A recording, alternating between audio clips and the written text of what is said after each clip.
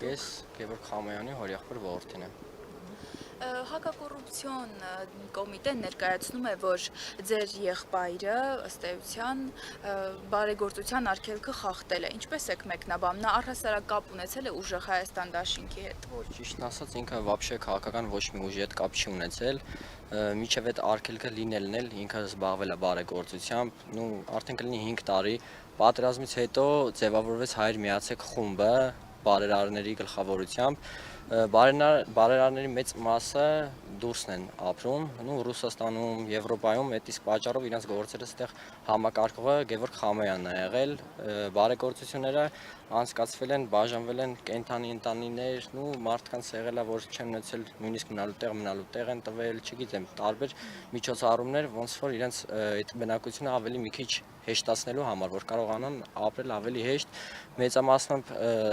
բաժանվել է այդ ամեն ինչը ղարաբաղցիներին, ովքեր տեղահանված են եղել։ Այդ ամեն ինչը կազմակերպել է Գևորգ Խամոյանը, չգիտեմ, այդ արգելքից հետո միգուցե եղել է օգնություններ, բայց հաստատ ոչ մի քաղաքական ուժի հետ ինքը կապ չի ունեցել։ Պահեր ա եղել, որ ես էլ եմ մասնակցել այդ բարեգործություններին, իր հետ գնացել եմ, ժամանակ եղել է մեքենան ես եմ վարել, բայց ինքը ոչ մի տեղ, ոչ մի դեպքում այդպիսի բան չի ասել, ոչ մի այդպես քաղաքական ուժի հետ կապ չի ունեցել։ Իսկ գործի մասին ինչ կասեք, մեղադրանքի մասին։ Դե այդ մեղադրանքը կարելի ասել անհիմն մեղադրանք է, որովհետև ինքը կլինի արդեն 5 տարի է զբաղվում այդ ամեն ինչով, ինչի այսքան ժամանակ չէին մեղադրում ինչ-որ բանի մեջ իրան ու հասավ այս պահը սկսեցին մեղադրել։ Անհիմն մեղադրանք է։ Դուք ասում եք, որ իր հետ մշտապես պարբերաբար եղել է, որ մասնակցել եք կամավորական աշխատանքների, օրինակ եղել է, որ նկատեք ինչ-որ արցախցիներին, որ օգնի, ասի ձեր տվյալներ, ասեք քանի հոգի է մասնակցում ընտրություններին, որովհետև հակակոռուպցիոն կոմիտեն ասում է, որ այդպիսի հավաքագրում է եղել տվյալների։ Ոչ, այդպիսի դեպքեր չեն եղել, նույնիսկ մի անգամ իր հետ գնացել եմ, կարծեմ ապարանի գյուղերից էր, նույնիսկ իրանք հարցրեցին, ժողովուրդը հարցրեց էլի, այս քաղաքապետարանից այս օգնությունը, ինչ որ քաղաքական ուժ է կամ չգիտեմ ինչ,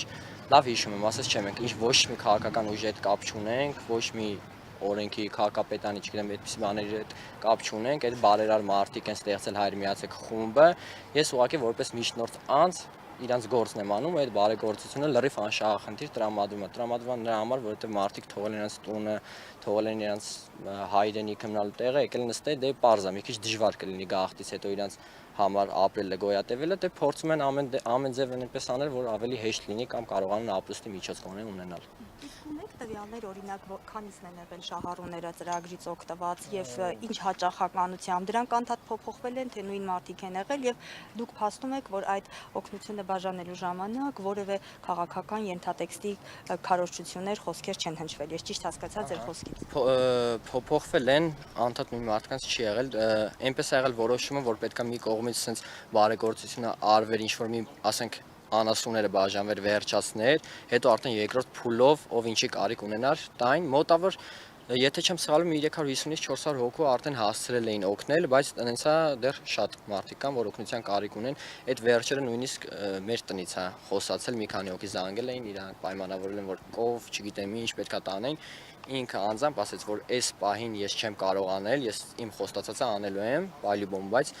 ինչ որ ժամանակ է պետք անցնի այս ոնց ասեմ, արգելանքը, որ չեն կարող իրանք բարեգործություն անել հիմա, որովհետև խանգարի ընտրություններից մի որոշ ժամանակ հետո մենք նորից զբաղվել ենք մեր բարեգործությամբ, որպեսզի չհամարեն կոռուպցիա, բայց հիմա այնպես է դարձել, որ իրանք համարում են ընդամենը կոռուպցիա։ Հիմա դատն է ընթանում, ինչպես հասկացա, ինչ ակնկալիքներ ունեք դատարանի որոշումից։ Դե մենք պատկերացնում ենք, այստեղ հավաքվել են եւ մարդիկ կան իր ընկերներից, իր բարեկամներից, նույնիսկ մարդիկ տեղակ են եղել Ղարաբաղցիներից, ովքեր որ